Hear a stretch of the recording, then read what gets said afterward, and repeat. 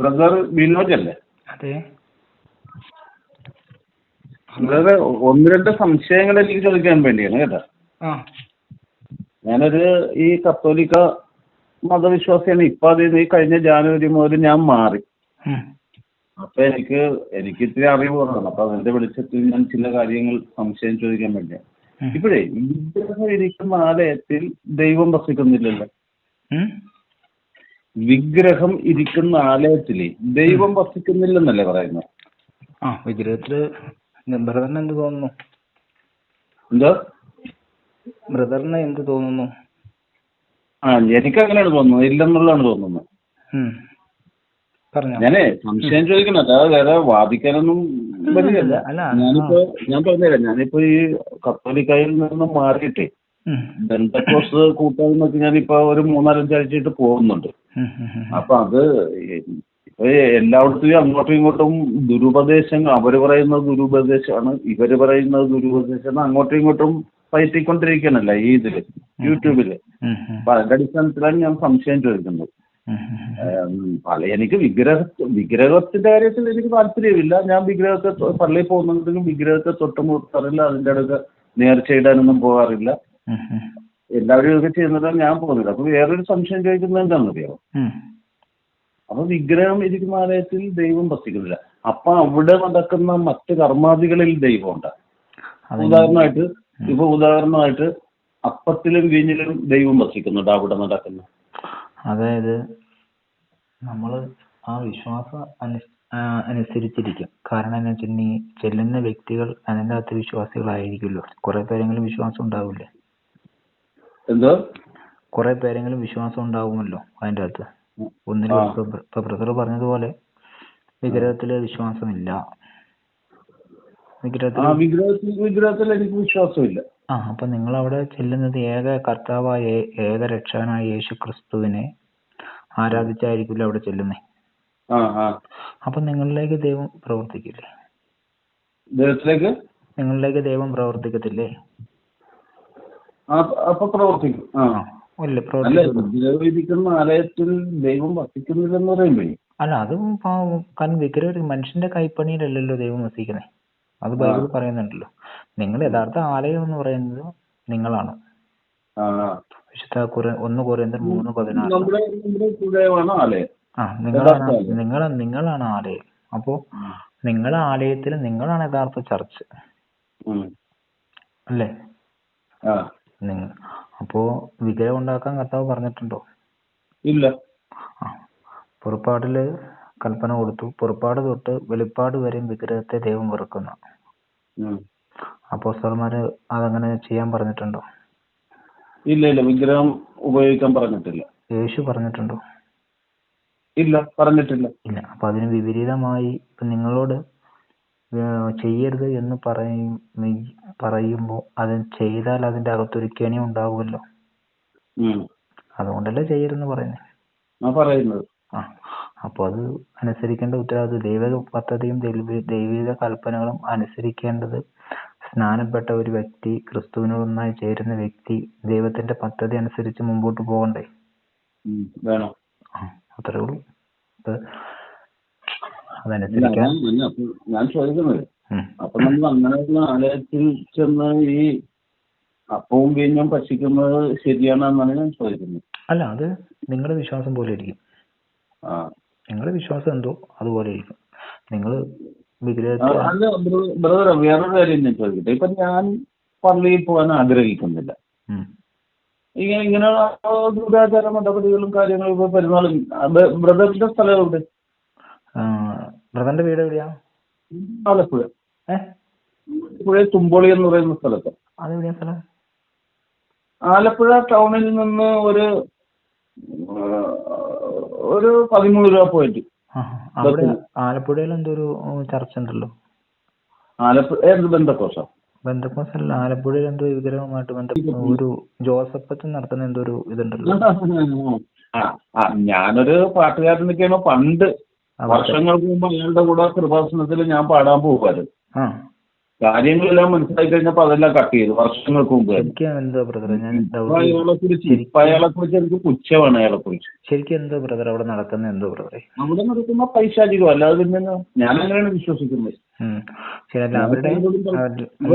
അവിടുന്ന് പത്രമൊക്കെ ഞങ്ങളുടെ വീടുകളിലൊക്കെ കൊണ്ടുവന്ന് വരും. പത്രമൊക്കെ കൊണ്ടുവന്ന് കഴിയുമ്പോ ഞാൻ ഫിസിക്കൽ ഒരു ദൂരക്കളയൊന്നും ചെയ്യുന്നു. ശരിക്കും അതെന്ന് പറയുമ്പോൾ ഈ ദൈവം പറഞ്ഞിട്ടില്ല, അന്ത്യകാലങ്ങൾ നടക്കുമ്പോൾ ഒരുപാട് വ്യാജ പ്രവാചകന്മാർ എഴുന്നേക്കും, നിങ്ങളുടെ ഇടയിൽ നിന്ന് തന്നെ എഴുന്നേക്കും. അത് പിന്നെ വൃദ്ധന്മാരെ പോലും വഴിതെറ്റിക്കുമെന്നല്ലേ വേണം. അതുകൊണ്ടാണ് എത്ര അനുസരിച്ച് അവിടെ ചെന്ന് ഉദ്ഘാടനം ചെയ്തൊക്കെ കൊടുക്കുന്നത്. ഓ അല്ല, ഞാനിത് ബ്രദറിനോട് ചോദിച്ചത്, ബ്രദറിനോട് ഒരു പാട്ടുകാരനാണെന്ന് എന്നോട് പറഞ്ഞല്ലോ. അപ്പൊ ബ്രദറിന് അതിന്റെ കൂടുതൽ ഡീറ്റെയിൽ അറിയാൻ പറ്റൂല എന്ന് വിചാരിച്ചിട്ടാണ് ഞാൻ ചോദിച്ചത്. അല്ല, ഇപ്പൊ ഞാൻ അവിടെ പോകുന്നില്ല. വർഷങ്ങൾക്ക് മുമ്പാണ് ഞാൻ പോയിക്കൊണ്ടിരുന്നത്. വർഷങ്ങൾക്ക് 22 വർഷങ്ങൾക്ക് മുമ്പ്. അത്രയും വർഷം ഞാൻ തുടങ്ങിയിട്ട്. അല്ല, ഇങ്ങനെ അത് ഞങ്ങളുടെ പള്ളിയിലാണ് ഞാൻ ഇരുന്നത്. അപ്പൊ ഇവിടെ മുതലാണ് ആരംഭിക്കുന്നത്. അന്നൊന്നും ഇതുപോലത്തെ ഇത് നമുക്കറിയാനും പാടില്ല. ഇതുപോലെ ഈ മന്ത്രവും തന്ത്രവും ഒക്കെ ആയിട്ട് നടക്കുന്ന ആളാണെന്ന് നമുക്കറിയാൻ പാടില്ല. ഇപ്പോഴാണ് അറിയാൻ തുടങ്ങിയത്. ഇപ്പൊ ലക്ഷങ്ങളല്ലേ അയാളുടെ പുറകെ ഓടുന്നത്. ഒരുപാട് ജനങ്ങളുണ്ട്. പൈശാചികം അതൊന്നും നമ്മൾ പോകത്തില്ല. നമ്മൾ ആദ്യം ചോദിച്ചാലും നമ്മൾ കളിയാക്കി ചെയ്തിട്ടുള്ളൂ. ബ്രദറിന്റെ ഇതൊക്കെ ഞാൻ ഇടയ്ക്കിടയ്ക്ക് യൂട്യൂബിൽ കാണുവേ. ഓ അല്ല, ഞാൻ അതിനെപ്പറ്റി വീഡിയോ ഇട്ടിട്ടുണ്ടായിരുന്നു. ഞാനതെല്ലാം കാണുന്നുണ്ട്. ഞാൻ കൃപാസനത്തെ പറ്റി വീഡിയോ ഇട്ടിട്ടുണ്ടായിരുന്നു. നമുക്ക് നല്ലപോലെ അറിയാവുന്ന അച്ഛനും പരിചയമുള്ള അച്ഛനും. പക്ഷെ ഇതാണ് സ്വഭാവം കയ്യിൽ. അത് പറഞ്ഞിട്ട് നമ്മൾ ഈ അന്ത്യനാടുകളിൽ നമ്മളുടെ ഇടയിൽ നിന്ന് തന്നെ വ്യാജ പ്രവാചകന്മാരെ എഴുന്നേക്കും എന്ന് പറയുന്ന കാര്യം തന്നെയാണ് ഈ നടന്നുകൊണ്ടിരിക്കുന്നത്. മറ്റൊന്നുമല്ല. പിന്നെ വേറെ ബ്രദറിന്റെ സ്ഥലമുണ്ട്. എന്റെ സ്ഥലം ഇടുക്കിയാണ്. ഇടുക്കിയാണല്ലേ? അത് ശരി. അപ്പൊ ഏത് സഭ? ഞാൻ യാക്കോബ് സഭയിൽ പോകുന്നതാണ്. യാക്കോബായ? ഞാനിവിടെ കത്തോലിക്ക. ഞാനിപ്പോ കഴിഞ്ഞ ജാനുവരി മുതൽ ഞാൻ മാറി നിൽക്കുന്നത്. ഓ ശരി ശരി. ഈ കഴിഞ്ഞ ജാനുവരി മുതൽ 2025. ഞാൻ അതായത് ഞാനൊരു 10-50 വർഷമായിട്ട് പള്ളിയിൽ സഹകരിക്കുന്നു.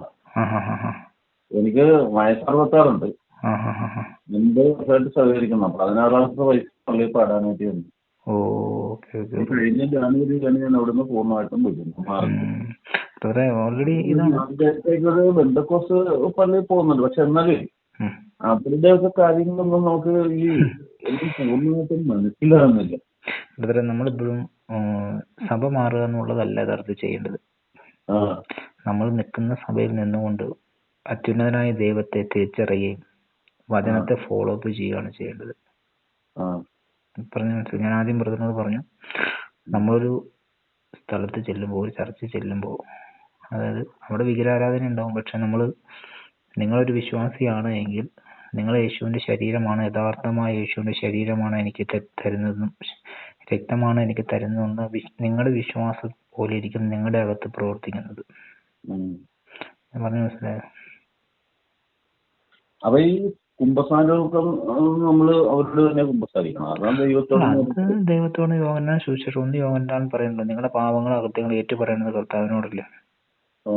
കാരണം ഇവരോടൊന്നും പറയുന്നത് നമുക്ക് വിശ്വാസമല്ല. കാരണം ഇത് കഴിഞ്ഞ പറയുന്നത് 2 നന്മ തന്നെ പറയുന്നു, 2 തീർത്ഥ കാഴ്ച കേട്ടോ. ഇത്രയുണ്ട് ഇവരുടെ പാവപരിഹാരം.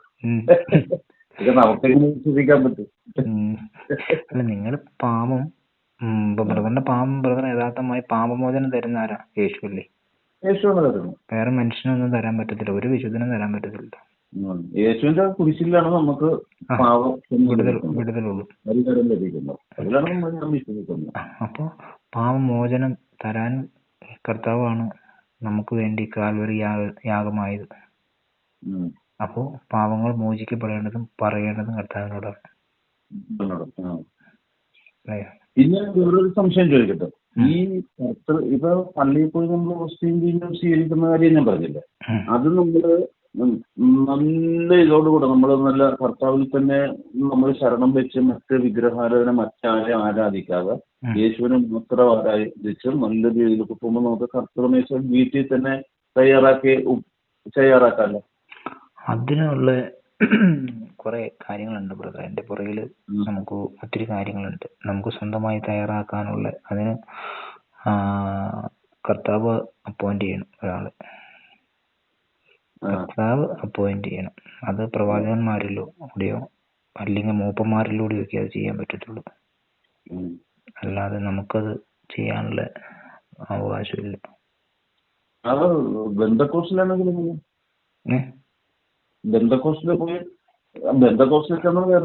ജലസ്നാനം സ്വീകരിക്കണം. സ്നാനം സ്വീകരിക്കണമല്ലോ, അത് ബൈബിളും പറയുന്നുണ്ടല്ലോ. സ്നാനപ്പെട്ടില്ലേ? തോമസ് ജോർജ് എന്നും പറഞ്ഞ ഇപ്പൊ കോട്ടയത്ത് ഒരാളുണ്ട്, ഗേറ്റ് മിനിസ്ട്രീസ് എന്നും പറഞ്ഞ് നടത്തുന്ന ഗേറ്റ് മിനിസ്ട്രീസ്. തോമസ് ജോർജ് പുള്ളി പറയുന്നത് ജലസ്നാനം വേണ്ടെന്നാണ് പുള്ളി പറയുന്നത്.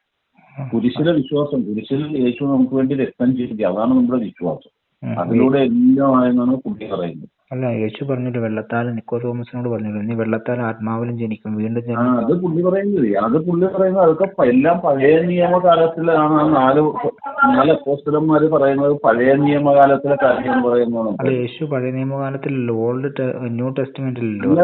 യഹൂദന്മാരുടെ ഇടക്കാണല്ല യേശു വന്നത്, ഇറങ്ങി വന്ന യഹൂദന്മാരിലാണല്ലോ വന്നത്. അപ്പൊ യേശു യഹൂദന്മാരുടെ ദൈവമാണോ? പുള്ളി പറയുന്നത് നമുക്ക് വേണ്ടത് പൗലോസ് അപ്പോസ്തലൻ എഴുതിയ ലേഖനങ്ങളാണ് നമുക്ക് വേണ്ടിയെന്നാണ് പുള്ളി പറയുന്നത്. അപ്പൊ നാല് സുവിശേഷങ്ങൾ ആർക്കുള്ളതാന്ന് ചോദിക്കണ്ടേ? അത് യഹൂദ ജനതയ്ക്ക് വേണ്ടിയുള്ളതാണെന്നാണ്. യഹൂദന്മാരിൽ ക്രിസ്ത്യാനിയായിട്ടുള്ള ആൾക്കാരുണ്ടല്ലോ യേശു വന്നത്, അങ്ങനെയുള്ളവർക്ക് വേണ്ടിയാണെന്നാണ് പുള്ളി പറയുന്നത്. അപ്പൊ യഹൂദന്മാരുടെ ആണോ കർത്താവ്? യഹൂദന്മാർക്ക് വേണ്ടി മാത്രമാണോ കാൽവരി ക്രൂശിൽ യാഗമായത്? മറ്റുള്ള ജാതികൾക്ക് വേണ്ടിയിട്ടല്ലേ? ജാതികൾക്ക് വേണ്ടിയാണ് യേശു ക്രൂശിലായത്. അപ്പൊ ജാതികൾക്ക് വേണ്ടി യേശു ക്രൂശിൽ മരിച്ചെങ്കിൽ യേശുവിനെ പ്രഘോഷിച്ച അപ്പോസ്തലൻ ആരെ പറ്റി പ്രഘോഷിക്കണം? അങ്ങനെയാണെങ്കിൽ യേശുവിനെ വിശ്വസിക്കാൻ പറഞ്ഞല്ലേ അപ്പോസ്തലന്മാര് പ്രഘോഷിക്കുന്നത്, അല്ലേ? അതെയോ അല്ലയോ? ഹലോ, കേൾക്കുന്നുണ്ട്. അപ്പൊ യേശുവിനെ വിശ്വസിക്കണം. ഏകരക്ഷ യേശുവിലാണ്, ആകാശത്തിന്റെ കീഴിൽ മനുഷ്യന്റെ ഇടയിൽ ഏകരക്ഷ യേശുവിലാണ് എന്ന് പറഞ്ഞാണല്ലോ അപ്പോസ്തലന്മാർ പ്രഘോഷിക്കുന്നത്. ആ യേശുവിന്റെ നാമത്തിലല്ല അത്ഭുതങ്ങളും അടയാളങ്ങളും അപ്പോസ്തലന്മാർ നടത്തിയത്. അപ്പൊ ആ യേശുവിന്റെ 4 സുവിശേഷങ്ങൾ ജാതികൾക്ക് വേണ്ട, അപ്പോസ്തലന്മാര് മതി. അത് ഏത് ന്യായത്? അയാള് പറയുന്നത് ഇങ്ങനെ. അപ്പൊ അത് ഇത് ഞാൻ കേട്ടിട്ടില്ല ബ്രദറെ, ഞാനത് കേട്ടിട്ടില്ല. ഇപ്പൊ ബ്രദർ പറഞ്ഞതിന്റെ അടിസ്ഥാനത്തിലാണ് ഞാൻ പറഞ്ഞത്. അയാള് പറയുന്നത് ജലസ്നാനം നമുക്ക് ആവശ്യമില്ല, അത് യഹൂദന്മാരുടെ ഇടയിൽ നമ്മളെ കൃപായുഗമാണ്, കൃപായുഗത്തിൽ ഒരിക്കലും ജലസ്നാനം വേണ്ടെന്നാണ് പൗലോസ് അപ്പോസ്തലൻ പറയുന്നതെന്നാണ് അയാൾ പറയുന്നത്. അല്ല, കൃപയാളാണല്ലോ, കൃപയുണ്ടെങ്കിലാണല്ലോ അത് ചെയ്യാൻ പറ്റുള്ളൂ. കൃപയുണ്ടെങ്കിൽ ക്രിസ്തുവിൽ വിശ്വസിച്ചാൽ മാത്രമല്ലേ കൃപ ഉണ്ടാകത്തുള്ളൂ. കൃപയില്ലാത്തവന് സ്നാനപ്പെടാൻ പറ്റൂ? ഒരാള് തല്ലി ചെയ്യുന്ന കർമ്മമല്ലല്ലോ അത്. ഞാൻ കൃപ മൂലമാണ് രക്ഷിക്കപ്പെടുന്നത്. കൃപ എന്നിൽ ഉണ്ടെങ്കിലല്ലേ എനിക്ക് സ്നാനം ചെയ്യാനുള്ള ഇതുണ്ടാകത്തുള്ളൂ. കൃപ എന്നിൽ വർക്ക് ചെയ്തില്ലെങ്കിൽ എനിക്ക് യേശുവിൽ വിശ്വാസം ഉണ്ടാവുമോ? കൃപ നിങ്ങളിൽ വർക്ക്. വേറൊരു സംശയം പറയുന്നത് ഈ ഹെബ്രായ ലേഖനത്തിൽ 10-ാം അധ്യായം വായിച്ചിട്ടുണ്ടല്ലോ. ഹെബ്രായർക്ക് എഴുതിയ ലേഖനം 10-ാം അധ്യായത്തിൽ പുരോഹിതൻ, പുതിയ നിയമത്തിൽ പുരോഹിതന്മാരിൽ ഇല്ലെന്നാണല്ലോ പറയുന്നത്. ആരാ പറഞ്ഞു പുരോഹിതന്മാരില്ലെന്ന്?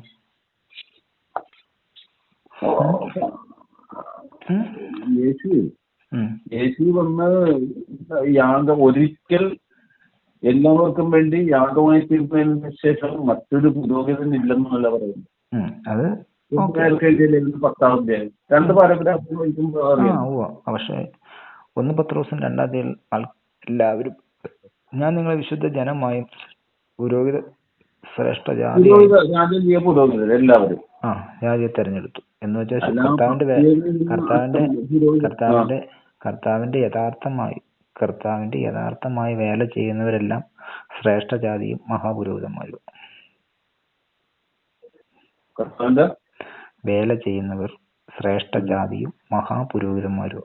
കർത്താവിന്റെ യഥാർത്ഥമായി വേല ചെയ്യുന്നവർ എന്ന് വെച്ചാൽ കർത്താവിന്റെ മനസ്സറിഞ്ഞ് വേല ചെയ്യുന്നവർ. ഇപ്പഴേ പള്ളിയിലെ അച്ഛന്മാരെന്ന് പറയുമ്പേ യേശു ഒരിക്കൽ എല്ലാവർക്കും വേണ്ടി യാഗമായി തീർന്ന് അവിടെ നിന്ന് പോയി സ്വർഗത്തിൽ പിതാവിന്റെ വലഭാഗത്ത് ഉപവിഷ്ടനായിരിക്കുന്നു. പിന്നെ മറ്റൊരു പിന്നെ പിന്നെ ആരെങ്കിലും വീണ്ടും വീണ്ടും ബലിയർപ്പിച്ചാൽ അത് ദൈവത്തിനോടുള്ള നിന്ദയെന്ന് പറയുന്നുണ്ടല്ലോ. അതെ, പക്ഷേ അത് യേശുവിനെ നമ്മൾ വിശ്വസിക്കാത്തത് കൊണ്ടാണ് വീണ്ടും വീണ്ടും ബലിയർപ്പിക്കുന്നത് എന്ന് പറയുന്നുണ്ട്.